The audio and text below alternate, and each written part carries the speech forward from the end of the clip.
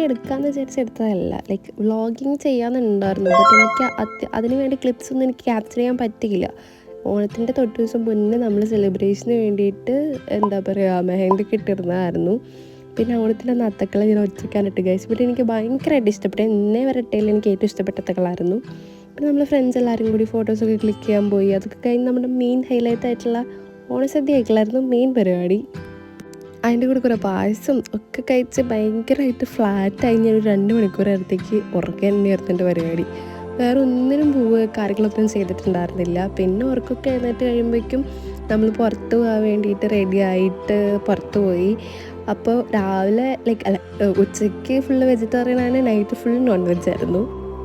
But ഞങ്ങൾ പോയ സ്ഥലം ഭയങ്കരമായിട്ട് ഇഷ്ടപ്പെട്ടു എനിക്ക്. ആദ്യം നമ്മൾ വേറൊരു ഇതിലാണ് പോയിട്ടുണ്ടായിരുന്നു. ബട്ട് അവിടെ ഫുൾ റിസർവ്ഡ് ആയിരുന്നു. സോ വേറെ ഹോട്ടലിൽ പോയി കയറി. അവിടെ മറ്റേ ഓണത്തിന് ഡെക്കറേറ്റ് ചെയ്തൊക്കെ നല്ല അടിപൊളിയായിട്ടുണ്ടായിരുന്നു. പിന്നെ അതിൻ്റെ സെക്കൻഡ് ഡേ എന്ന് പറഞ്ഞു കഴിഞ്ഞാൽ ഫസ്റ്റ് ഡേയുടെ ഓണത്തിൻ്റെ സെയിം സാധനങ്ങളും എക്സ്ട്രാ കുറച്ച് ചിക്കനും മീനൊക്കെ ആയിരുന്നു. നമ്മൾ ഫസ്റ്റ് വെജായിരുന്നല്ലോ, അപ്പോൾ സെക്കൻഡ് ഡേ നോൺ വെജ് പിടിക്കണ്ടല്ലോ. അതുകൊണ്ട് ഓണം എന്ന് പറയുമ്പോൾ തന്നെ ഒരു ഫാമിലി റീയൂണിയനൊക്കെ പോലെയല്ലേ, ഫ്രണ്ട്സ് ടുഗെദർ ചെയ്യുക അങ്ങനെയൊക്കെ അല്ലേ. അപ്പോൾ ഇപ്രാവശ്യത്തെ ഓണം ഭയങ്കരമായിട്ട് ഫ്രണ്ട്സിനെയും ഫാമിലിനൊക്കെ കൂടെ ഞാൻ അടിച്ചു പൊളിച്ചായിരുന്നു. പിന്നെ നമ്മൾ സെക്കൻഡ് ഓണത്തിന് ജസ്റ്റ് ഫോട്ടോസ് എടുക്കുന്ന കൊടുത്തിട്ട് ഞാൻ അമ്മേനെ ഡാൻസ് സ്റ്റെപ്പ് പഠിപ്പിച്ചെടുക്കുകയായിരുന്നു. അപ്പം ശരി, ബൈ.